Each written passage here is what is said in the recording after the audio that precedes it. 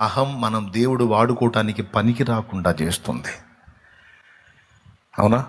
మరి దేవుడు మనల్ని వాడుకోవాలంటే ఏం విరగొట్టాలి? అహాన్ని విరగొట్టాలి.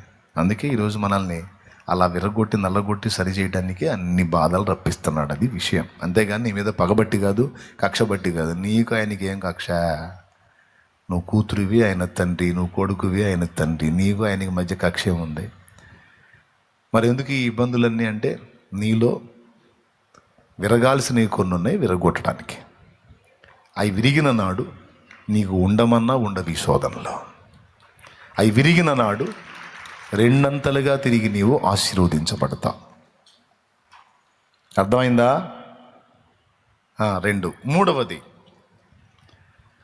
రెండవది ఏం చెప్పాను?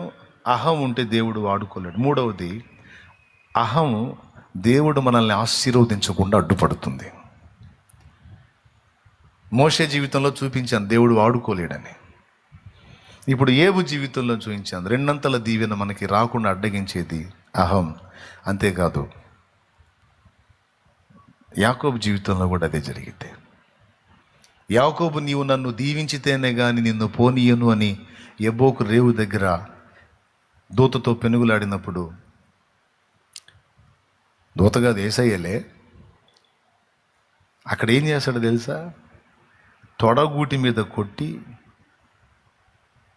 యాకోబును అవిటివాడిని చేసి అప్పుడు ఆశీర్వదిస్తాడు. ఆశీర్వదించడానికి ముందు యాకోబుని కొట్టాడు, తొడగూటి మీద కొట్టాడు, యాకోబుని బలహీనుణ్ణి చేశాడు. అంటే అంతకుముందు యాకోబులో ఏదో లోపం ఉంది. ఆ లోపము దేవుడు నిజముగా యాకోబును ఆశీర్వదించడానికి అడ్డుపడుతుంది. దాని మీద కొట్టాడు దెబ్బ.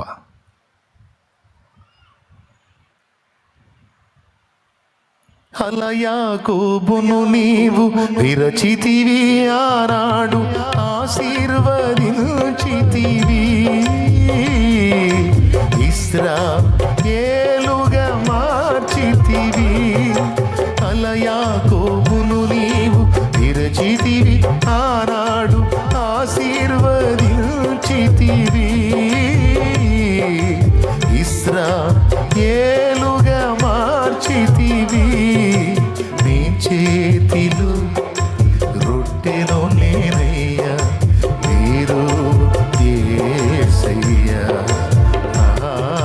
నీ చేతిలో రొట్టెలో నేనయ్యా, మీరు యేసయ్యా, మీరు యేసయ్యా. ఆశీర్వదించు యేసయ్యా, మీరు యేసయ్యా. ఆశీర్వదించు యేసయ్యా. దేవుని గొప్ప నామానికి మహిమ కలుగును గాక. హల్లెలూయా. 3 సంగతులు మీరు చెప్పండి. నేను చెప్పిన 3 సంగతులు. మొదటిది అహం, 2 3 దేవుని ఆశీర్వాదాన్ని అడ్డగిస్తుంది. 4 దేవుడు మన దగ్గర ఉండటానికి ఇష్టపడకుండా చేస్తుంది అహం. ఉండలేడు. మన దగ్గర నివాసం ఉండాలంటే మనలో దీన మనస్సు ఉండాలి. అన్ని విషయాలలో విరిగిపోయి ఉండాలి.